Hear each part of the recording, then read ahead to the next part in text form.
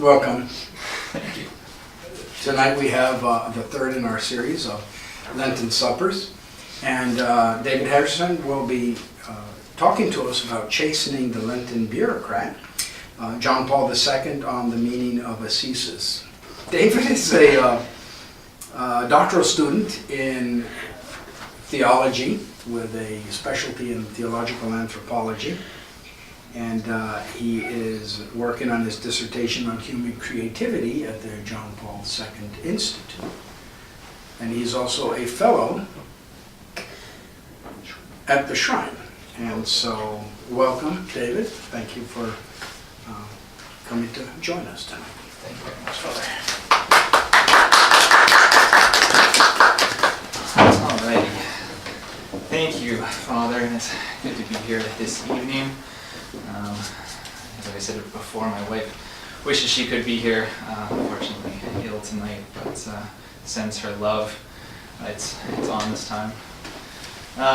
Tonight, I wanted to offer a reflection, not from any dearth of knowledge of John Paul II, but just on some reflections that I've had over the last few weeks, reading through his Ash Wednesday addresses.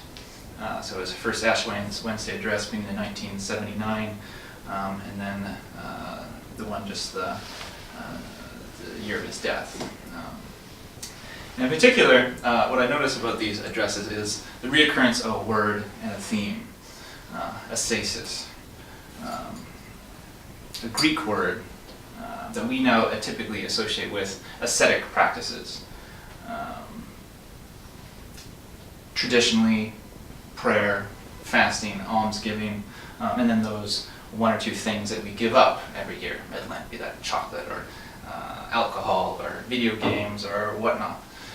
It's a word that appears again and again, but curiously, at least I think it's interesting, is it appears very close to another theme, and one that's very dear to John Paul II's heart. And I want to give you sort of a frame of reference for understanding this word in John Paul II's life, as a way of understanding what it means to be penitential during the Lenten season.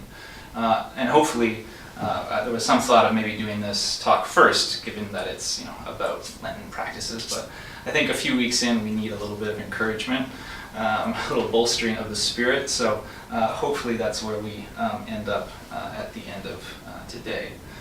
The word is alone. Alone. In several of John Paul II's Ash Wednesday addresses, he combines the classical texts of Lenten texts with Matthew 6, which, among other things, says to give alms with your left hand not knowing what your right hand is doing, and to do so in secret, because your Father who sees in secret will reward you. The passage goes on to say, when you pray, go into your room and shut the door, and pray to your Father who is in secret. Repeating once again, and your Father who sees in secret will reward you. Now, setting aside the question of how you can possibly do something with your left hand without your right hand knowing, but focusing more on this theme of alone, this solitude, John Paul II regularly exhorts his listeners to seek out the Father in solitude. Yet, at the same time, this exhortation would seem to go against a very strong strain in our culture. Are we not a community of believers called to counteract the individualism and egoism of our day? Don't we gain benefit from sharing with one another the prayers and practices that we participate? And John Paul II, in linking being alone with ascesis or ascetic practices, doesn't this risk or border on almost a spiritual Pelagianism, working by myself to secure my own salvation? So how do we understand this word alone in reflection of this? And of course the answer to all of those questions is, of course that's not what John Paul II means. But I want to give you three bearings by which to understand this idea. The first is his life. George Weigel, famous biographer of John Paul II, famously comments that the greatest men that have ever existed, we know the least about their interior lives. And this is very true of John Paul II. He was an incredibly private man. He rarely spoke about his spiritual life. Even in his diaries, he makes little mention of what he did that day, or the practices he did, or the prayers that he made. We know some, obviously, but much of what we've come to know about this now saint, we've only come to know after his death, from his close friends.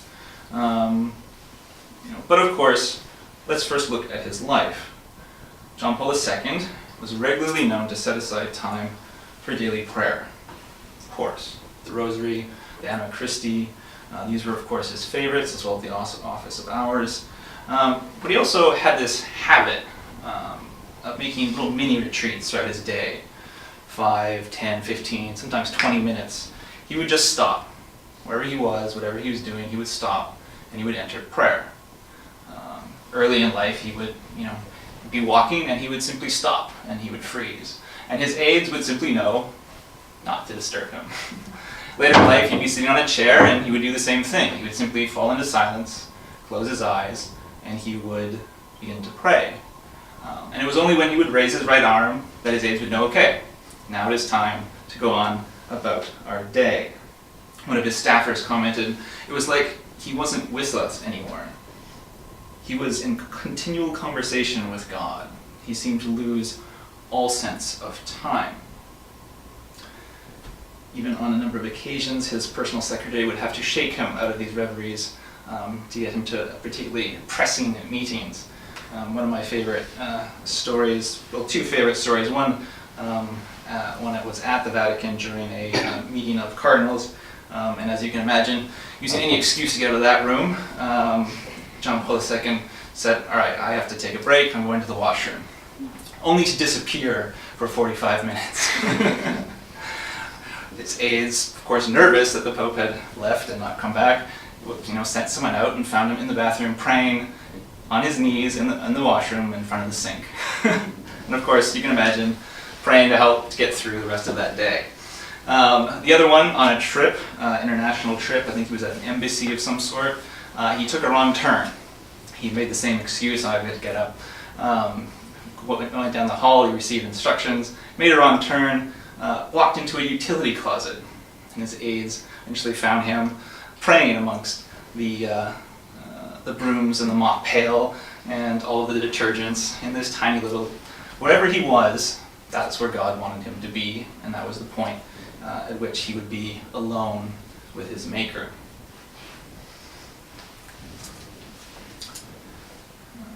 The Blessed Sacrament, too, was another precursor to prayer, and the prefect of the papal household would actually instruct his staff to leave the Pope in areas where he would not get a glimpse of the Eucharist, or else his entire daily schedule could be thrown off. So you would lead him in a maze around the Vatican to avoid all of the chapels, so that we could get on with our day. The funny things that these great men do.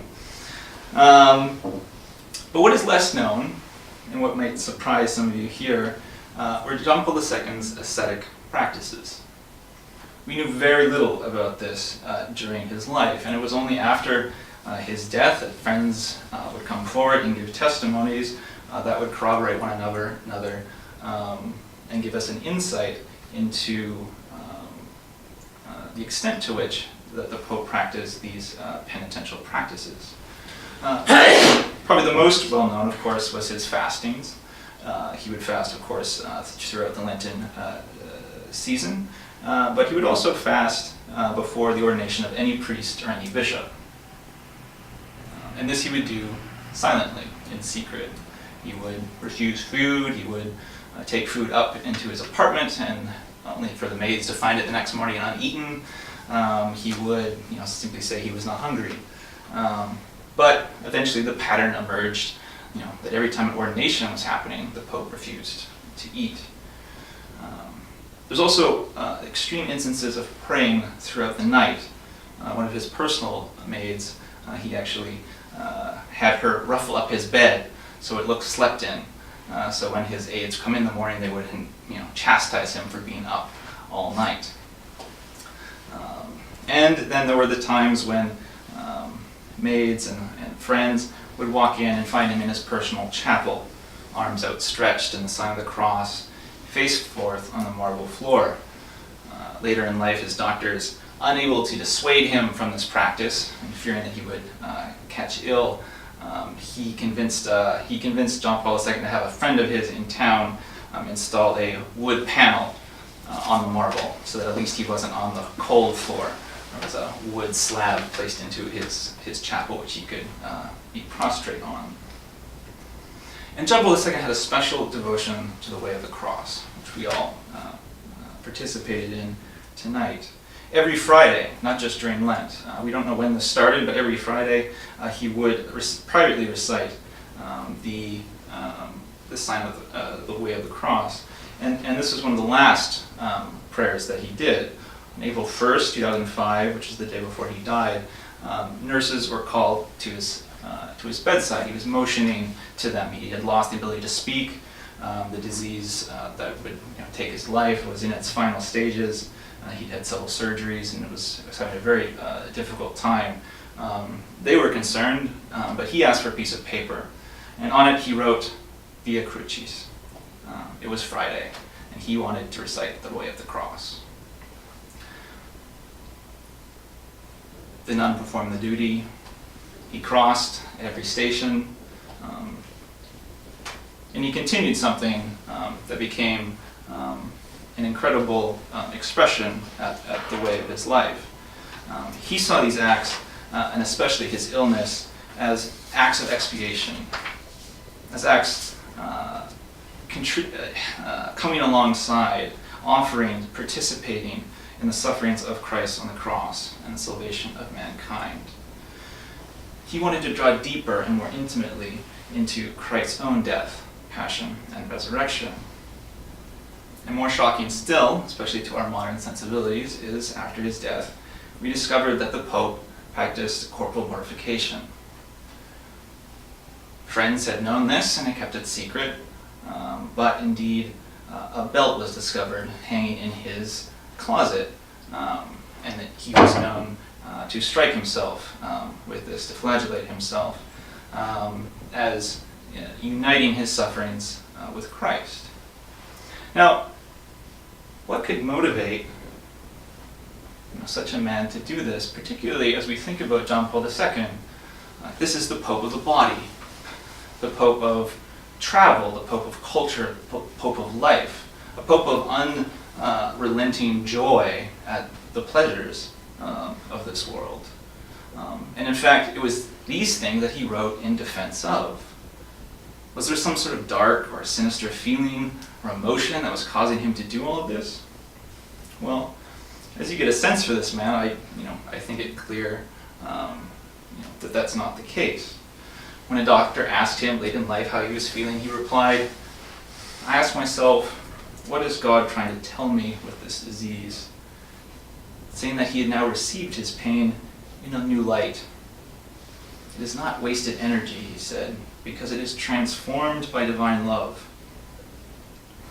Although I have written many encyclicals and many apostolic letters, I realize that it is only with my suffering that I can best help mankind. Think of the value of pain, suffered and offered with love. Pain is the first alphabet God spoke to man." Rather than any morose or melancholic disposition, what we see here is a deep and earnest passion, a desire, a love to be like Christ in every way, and to join him, the Son who is most loved by the Father. John Paul often reflected on Colossians 1:24, how our sufferings in Christ complete what is lacking in Christ's afflictions for the sake of man, for the sake of his church. In his own life, John Paul II used solitude as a means of joining his sufferings to Christ. of being alone with him.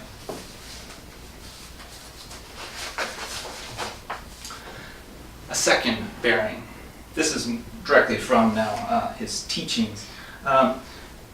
In every Ash Wednesday address, he would always make some reference to the traditional teachings of the church on penance. The purpose of penance, he writes, is to overcome evil, which under different forms lies dormant in man. Its purpose is also to strengthen goodness, both in man himself and his relations with others, and especially with God. This is a very classical understanding of penitential acts, that it is an interior disposition that we cultivate so that we are not swept alongside or pushed by the different exterior currents of our world. And this is where the original term ascesis comes from. Ascesis is a Greek term, comes from the gymnasium in ancient Greek culture. And it means essentially to exercise. Young men mostly would undergo training, tempering their physical bodies to the demands of a specific sport. And as you can well imagine, this involved a certain amount of suffering, not only, of course, in the exertion of the activity and of sport, but also in a mortification of the senses. All right, this is not the air-conditioned, enclosed, nice-smelling gyms that we know today. Right, these are open-air, muddy. There's blood and sweat, and it's a very it's a trying experience, and one that required a great deal of endurance. But aside from all of this, there's another critical point here. The gymnasium was not leisure in the way that we know it today. It wasn't simply play. The leisure was serious work, a place in which young men did not pursue vanity, or did not pursue a shallow sense of showing off to one another. They were in pursuit of culture. The aspiration of every Greek athlete was to replicate in one's own body the athletic prowess and cunning abilities of the gods. The gods were gymnasts, and there was an array of different abilities and capacities that they had. So their exercise was always a conforming to something that they held up as an ideal. But interesting again, that this ideal was not some sort of distant, but is something that we strive after but never hope to achieve. But they genuinely thought it attainable through the practice of ascesis. This was a kind of self-mastery over one's body to put on the very form of a god. Now, however much Christianity would modify this pagan view of a pantheon of quasi-divine athletes, it is interesting to note the similarity in language when ascesis was adopted into Christian parlance. Gregory of Nyssa, talking about ascesis as a way of perfection, as a way of mastery, says, "He who climbs ascending into spiritual realms. He who climbs never stops, going from beginning to beginning, through beginnings that have no end. He never stops, desiring what he already knows." What he already knows. Ascesis is a spiritual ascent from beginning to beginning. Moreover, it is a beginning that has no end. In other words, it's eternal. And it's this eternity that we already know. In his 2004 Ash Wednesday address, John Paul II evokes this imagery of Gregory of Nyssa, calling ascesis a word that evokes the image of ascending to lofty heights. Yet at the same time, he roots it in the beginning, in the eternal. Follow Christ, he says. He is the form that is before us that we are called to pursue. The beginning that is always with us. So whether it was St. Anthony living an ascetic life out in the desert, or St. Simeon on his pillar, or St. Benedict throwing himself into briars or thorn bushes, they aimed to pursue the God that they already knew. They were imitating Christ. to imitate the first word of Christ, which is the cross, which is why Athanasius could look at St. Anthony and say, when we look at you, St. Anthony, it is as if we see Christ.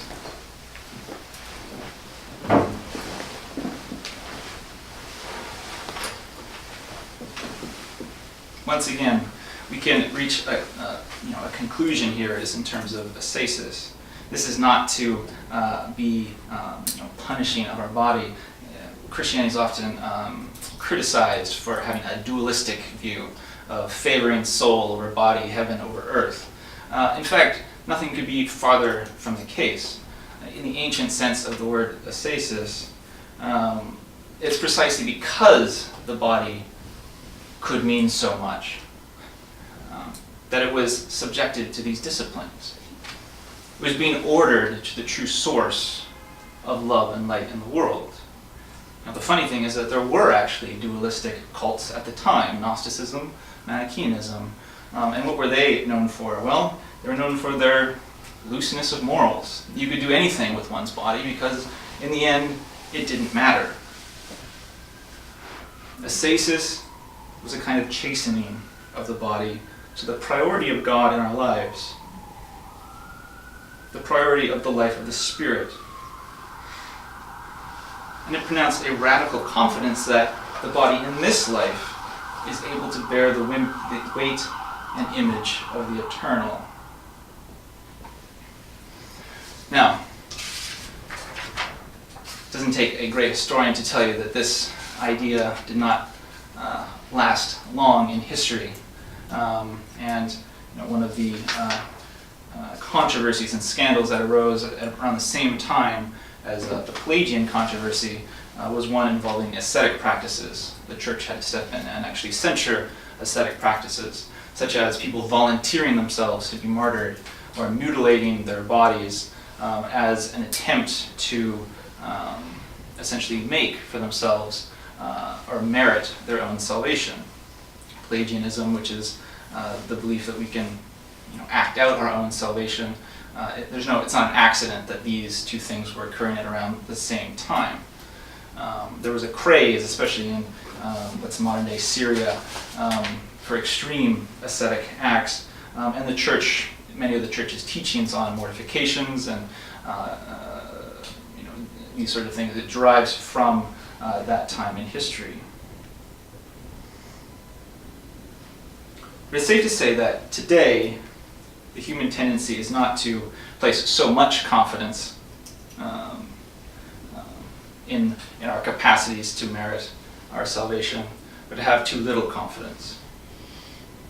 We live as though God did not exist, in the language of Vatican II and in the language of Pope Benedict. We have forgotten God. This is our prevalent and pervasive tendency. And this is bringing us to our third bearing, which is what I think is unique about John Paul II and his special consolation to us today. John Paul II always has modern man in mind when he's speaking. He was an incredible thinker in his own right and did a tremendous amount of work on the nature of the human person. And in his 2001 address, he pointed out our particular reliance on, quote, science and technique in our Lenten actions. We, like the ancient Pelagians, are often preoccupied with our actions that originate with ourselves. But unlike them, we do not have the same confidence in our ability to achieve spiritual ends. They had some memory as to the goodness of God and the goodness of the created order, while we are more skeptical. And therefore, instead, John Paul II says, we've turned to methods and techniques. And if you were to look on the internet and type in tips for a meaningful Lent, you'll get all kinds of results. And I've already done this, so I know you get all kinds of results. The 8 top tips for a meaningful Lent, 10 ways to optimize your Lenten spirituality, 3, etc., right? It goes on and on. John Paul II writes, "We catch a glimpse of the need for intellectual and physical effort, but we do so in a way in which we've lost the sense of the effort of the Spirit, by which the whole truth of one's interior being, our sense of humanity as something received from our outside of ourselves, is fulfilled. We've turned our focus on what we can make or create. And ironically, this is the point in which we converge with the ancient Pelagian. The ancient Pelagian would say to God, the heretic would say, by these good works I will save myself. We today will say, God, you can save me. I will just set the terms of this arrangement. Now, I'm not chastising anyone in here for these sort of tendencies. The alternative title to my talk might have been Confessions of a Lenten Bureaucrat. But I think this is a tendency that we can all relate to, if not in our own lives, then in those around us. Cut off from the presence of God in our lives, the Lenten Bureaucrat, first and foremost, approaches the season of Lent as a kind of spiritual project. As something which he has 40 days, pretty tight timeline, to accomplish. Or else he will be some kind of spiritual failure. But of course, because these actions proceed only from ourselves, the path to spiritual success tends to be uncertain. And we therefore stand a certain distance from these commitments, which always tend to be wide-ranging and diverse and unfocused. The advent of the internet has brought with it the Lenten calendar, distributed in PDF and JPEG form. Here's an example from one. On Monday, donate to a Catholic relief organization. On Tuesday, create a new family prayer. On Wednesday, give up social media. On Thursday, avoid eating out. On Friday, refrain from meat. That's good. On Saturday, this is my favorite, fast from your favorite snack or hobby, and then it was in italics, for the entire day.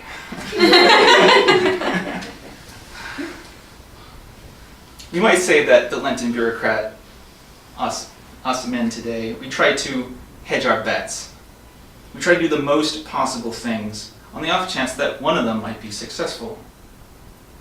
Instead of finding myself committed to one Lenten discipline, I tend to be partially committed to a vast array, hoping that one of them will happen to fall into place. The result ends up being a season focused on effectivity and efficiency. The hope that my actions will produce a desired end. And of course, the Lenten Bureaucrat becomes preoccupied with his or her own successes and failures, prone to overanalyze and internalize failures, and quickly become resentful and despairing of the whole project.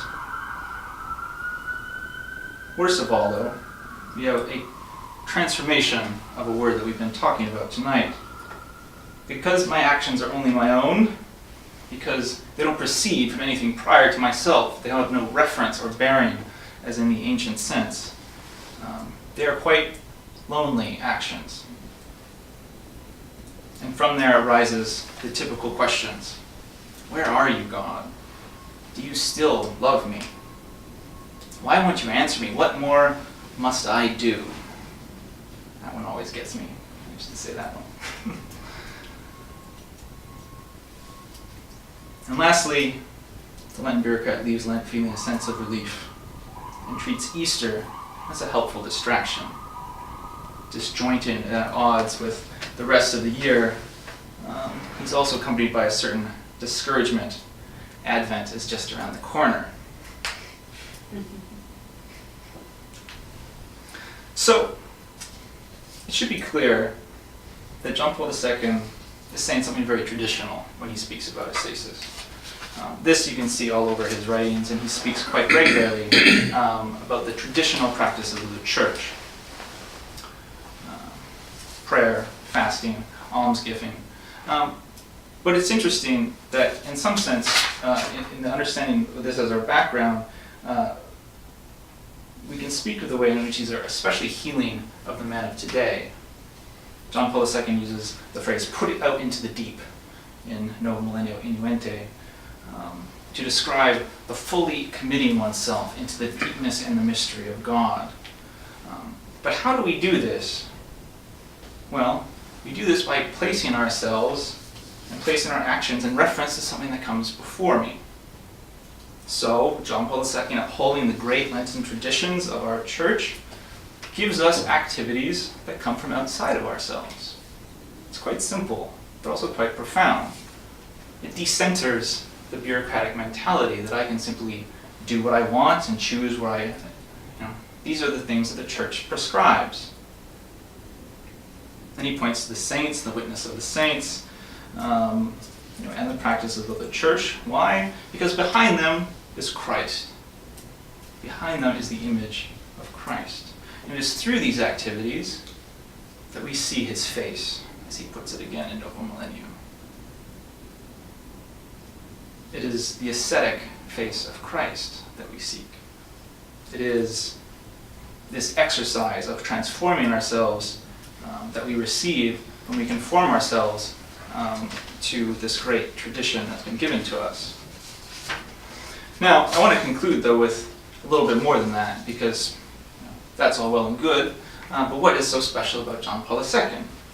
Well, he goes on, and again, this is actually from an earlier address in 1979, he makes a bit more of a provocative claim. Shutting in of oneself, he says, alone, being alone, is also the deepest opening of the human heart. Penance is not just an effort, but a joy. It is a great joy of the human spirit, a delight that other sources cannot bring forth.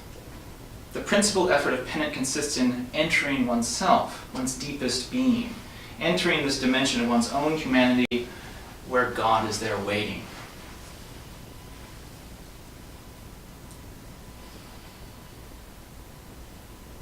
Now this is something new. Penance isn't simply a moving away from the world, a tempering of myself, a mortification of my senses, practicing of something to remind me of Christ, so that I might conform myself to him. John Paul II is saying this is actually the fullness of my human being. It is a source of profound joy. And in fact, it's something in which my body, the whole of myself, can delight in. This is something very similar to his Wednesday catechesis when he says that the human being is called not just to stand before God existentially, as it were, just in our souls and our minds, but we originally, our bodies desire to stand before God sort of naked and exposed to him. Our bodies are meant to be alone before God. They find their fulfillment and fullness in God. Our senses, sight, touch, taste, smell. That first chocolate after giving up chocolate for Lent. Isn't that wonderful? That beer, and you hadn't had a beer in 40 days. Crisp. And also awakes our discerning eyes as well. I spent a year in India on a very low salt diet. One of the foods I liked beforehand was potato chips.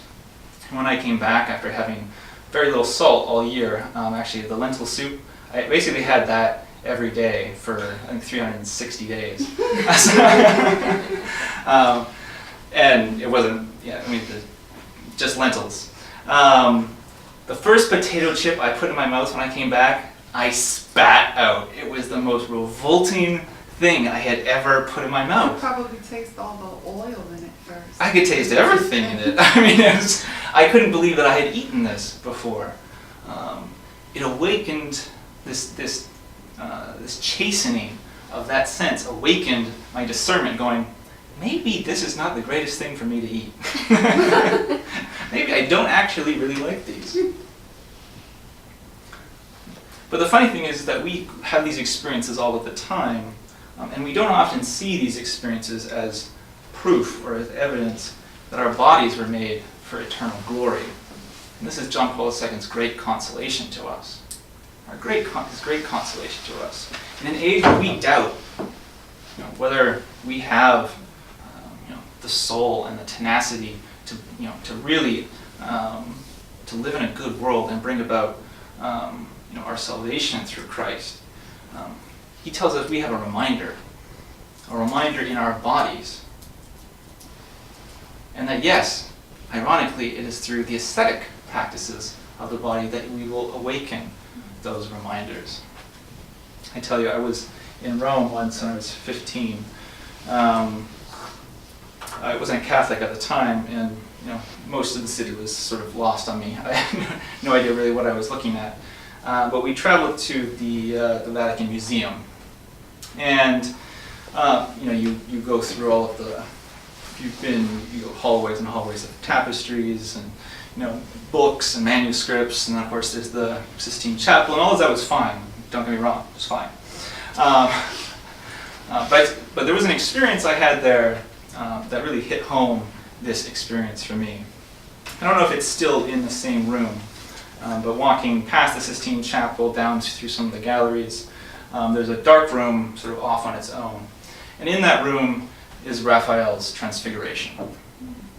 Now, as a 15-year-old, I had walked through the museum already for about an hour and a half, since then seeing things and sort of just passing over. I hadn't really seen much.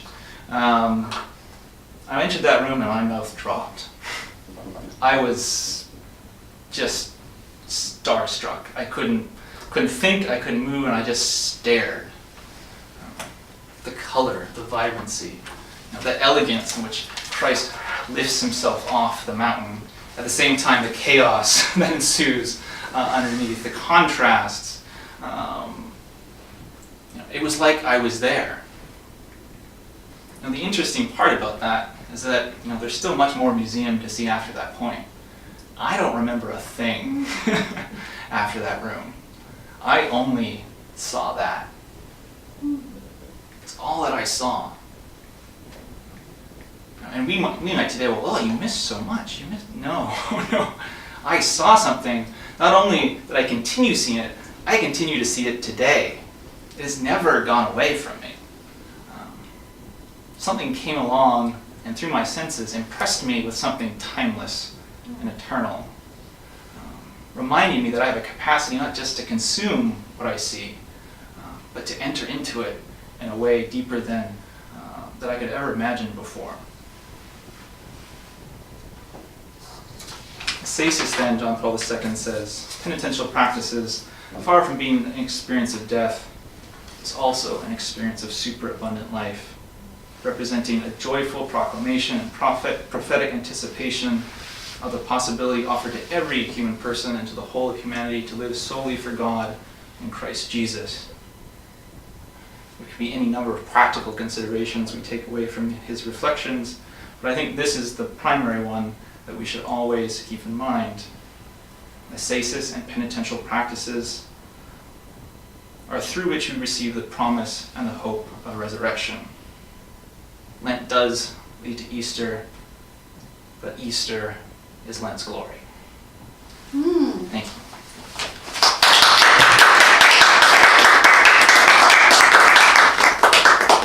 Questions or comments? I have a question. Yes. What is the, okay, so lots of people done it, and I heard everything you said, and I appreciate being here and hearing the lecture because it was more uplifting than I had imagined, but specifically, was there anything, because I think I heard, and I remember you say that there was no witnesses for him. He wanted to always be in his space by himself and really appreciate the suffering. But was there anything that he had noted that was one that he was most passionate about outside of it being historically documented and all of those? One of his own practices? One of his own that he really, is there any word or any comment from anybody that one of his practices was his most relish? Yeah. Well, I think part of the wisdom that John Paul II imparts is that he's a witness to the incredible how much faith is personal to us. So that's what it was. Yeah, and so many of his most private prayers were were personal prayers to him. The prayer of the Holy Spirit he would recite in Polish, because it was the one his father recited to him when he was young and growing up. The way of the cross, but the way of the cross connected with his own, story of suffering. I think one of the tendencies that John Paul II helps us to see is like we always try to put on the spirituality of others around us, and part of that's good, healthy, and normal. We try to try out things that others have done, but he really speaks to the way in which he challenges us all to discern God's presence in our personal lives and cultivate a spirituality connected with that, and penitential practices that are connected with the church, but also at the same time that touch you in a very personal way. So all of the prayers that he did practice were extremely attached to his life, in his experience, and where he was, who he received something from. Does that sound redundant to you? Because I haven't had any sugar. No, it's fine. It's a good question. Like it's a wonderful 10 days. question. Yeah. So I heard you and I was like, okay, maybe I don't want to repeat. And that's been going on since I have had no sugar and no carbs for the past 10 days. Today is the 10th day. Tomorrow will be the 11th. Wow. So, whatever in pursuit of looking for Christ, whatever came to him, he would follow. And that's I think the takeaway. that's the serenity he found in that, but I can't imagine finding serenity in taking the belt and really actually ripping my skin that way. It's, I have had paper cuts, and you bang your hand on the door, and you hit your knee on all kinds of different things often. But I can't imagine going upstairs. Thankfully, corporal mortification isn't prescribed to all of us. Maybe it's just something that he was exaggerating and not actually something that he had done, because I can't imagine. Yeah, but as a human being to do that. But that was his path, was the path of suffering. I think that's how he instead of withdrawing from that, he embraced it in a way that's, I think, quite inspiring, and in a way that I hope I never have to face in my own life. But to each of us, we'll receive our own, I suppose. Any other thoughts or questions or?